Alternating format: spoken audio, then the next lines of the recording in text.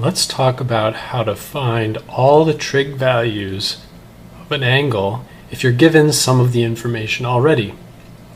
Basically, what we're doing here is reversing the process that we already know how to do, where if we're told that an angle goes through a certain point, we can figure out what the various trig values are of that angle based on the coordinates of that point.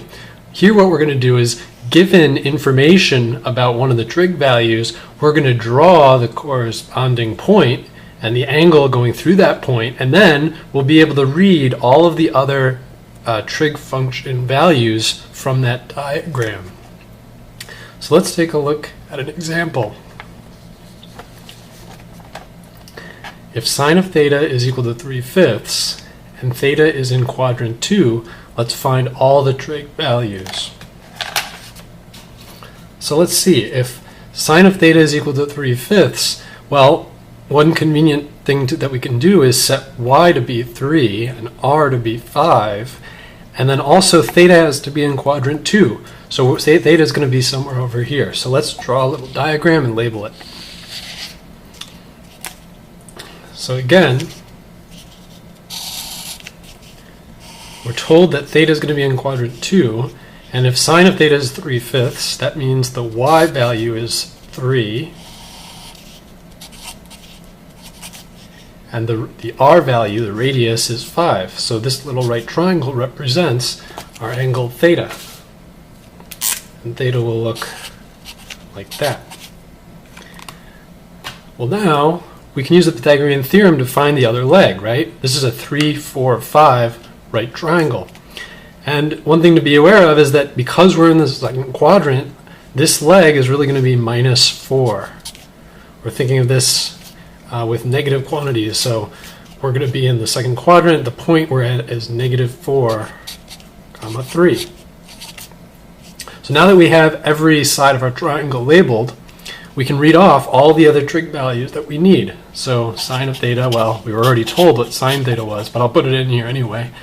So sine theta is 3/5. Cos theta is x over r adjacent over hypotenuse minus 4/5.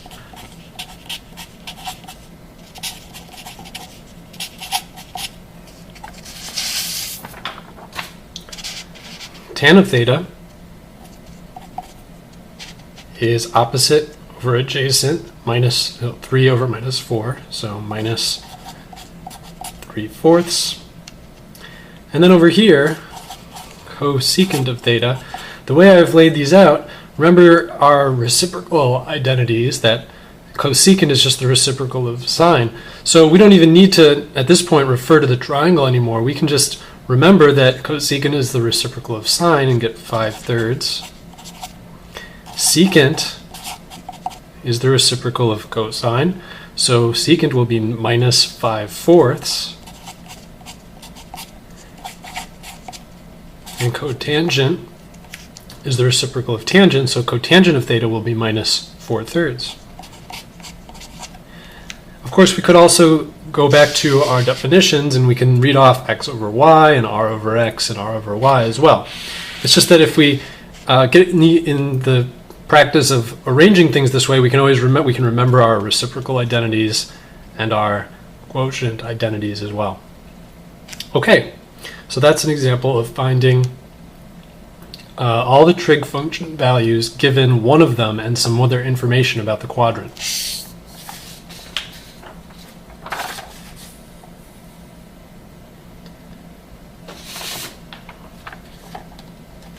So now as another example, suppose we're told that cosine of theta is minus 5/13 and that theta is in quadrant 3.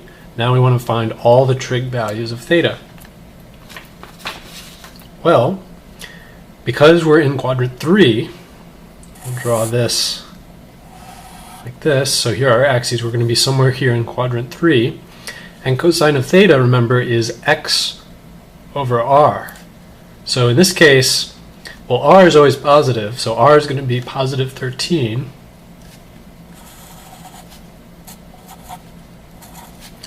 But x now can be minus 5, so minus 5 will be this leg of the triangle. And now, with a little bit of Pythagorean theorem, and if you happen to know this right triangle, this Pythagorean triple, this leg will be 12, and because we're in the third quadrant, it's going to be minus 12. So now we have all the sides of our triangle. So our angle theta comes around like this. That's our angle theta. And so our point here is going to be minus 5, minus 12.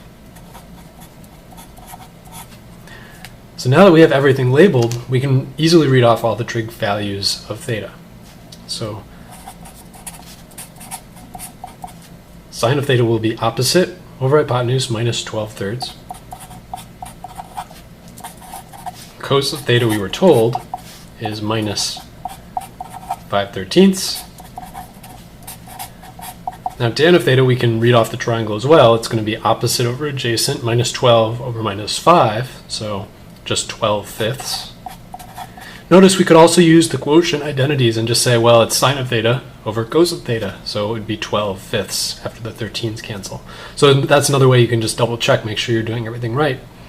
And then over here, we get all the reciprocals. We'll have cosecant of theta is going to be the reciprocal of this, minus 13/12. Secant of theta is going to be the reciprocal of cosine of theta, so it'll be minus 13/5. And finally, cotangent of theta will be the reciprocal of tangent, will be 5/12. So that's an example of finding all the trig values of an angle.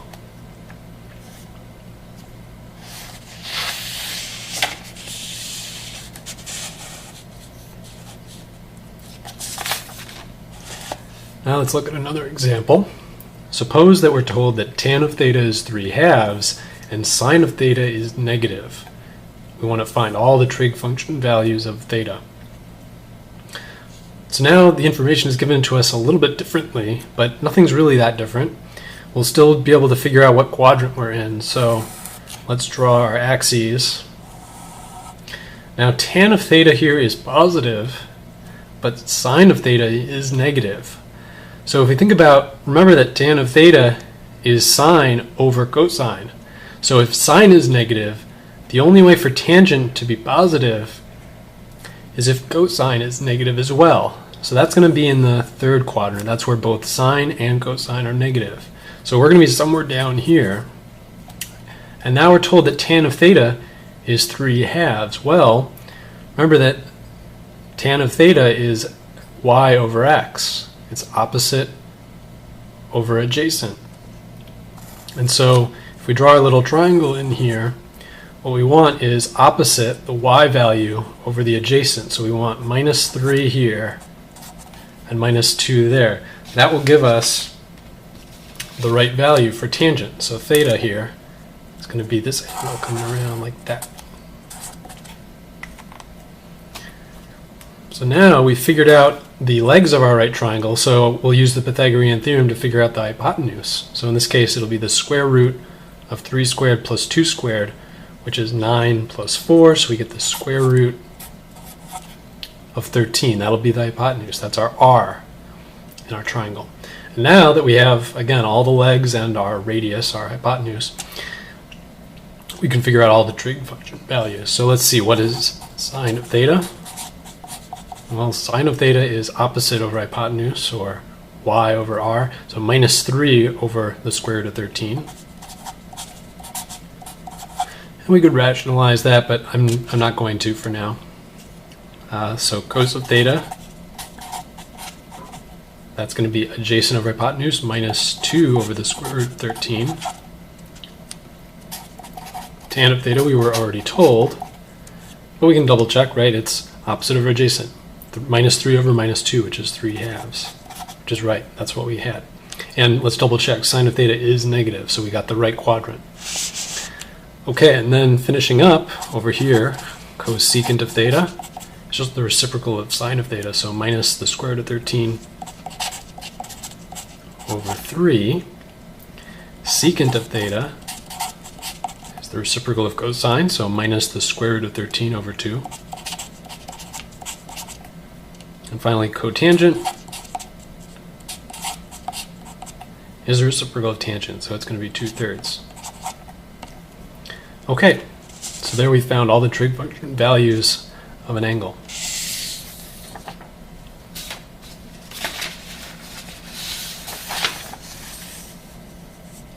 As one final example, here we're told that if secant of theta is 3 and theta is in quadrant 4, we're asked to find all the trig function values of theta. So let's think about what this means. Oop, this doesn't work. Because secant of theta,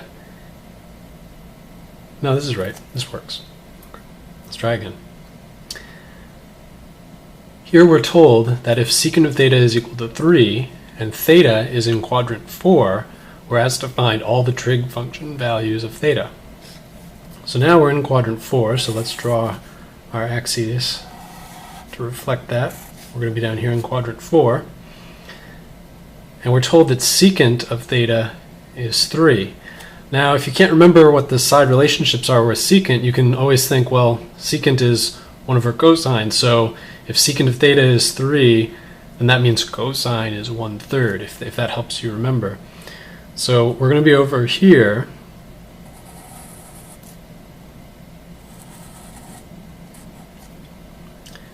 and we want to have 1/3 for our cosine, which is adjacent over hypotenuse. And again, secant of theta is r over x, so 3 over 1, which gives us the secant of theta is 3. So that shows what our theta is. It could be a negative angle, it could be the positive angle, so let's just draw our theta like this. And now we'll use the Pythagorean theorem to find the other leg. So now it's 9 minus 1, the square root of that, so the square root of 8, which is also 2√2, if we simplify that a little bit. Okay, so now we have all the legs of our triangle, and then we just have to be careful here because 1 is positive, but this, because we're in the fourth quadrant, this is negative, so this is minus square root of 8, so minus 2√2. Okay, so now we have the right signs and everything, and so we're ready to write down all our function values. So sine of theta is opposite over hypotenuse, so it'll be minus 2√2 over 3. Cosine theta, we mentioned earlier, but it's adjacent over hypotenuse, so 1 over 3, right, the reciprocal of secant. Tan of theta, that'll be opposite over adjacent, so minus 2√2 over 1, so just minus 2√2. We have cosecant of theta. That'll be the reciprocal of this, so it'll be 3 over minus 2√2. So minus 3 over 2√2. Secant of theta, that was given to us, it's the reciprocal of cosine, is 3. And cotan of theta, it's going to be the reciprocal of tangent of theta, so it'll just be minus 1 over 2√2. So there's another example of finding all the trig function values of an angle.